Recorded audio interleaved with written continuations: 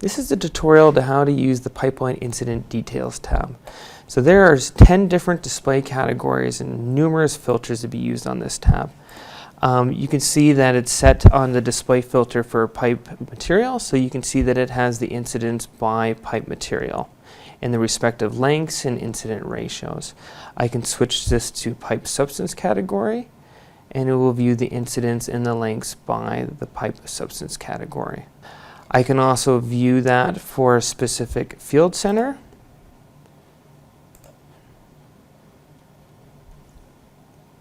And this is the incident and lengths by substance category for that field center.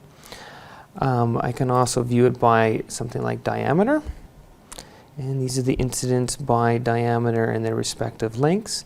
If you want to display lengths that don't have any incidents, you have to click on 0 in this filter and ensure that all your incident types are selected and that there's no incidents is selected under the consequence rating.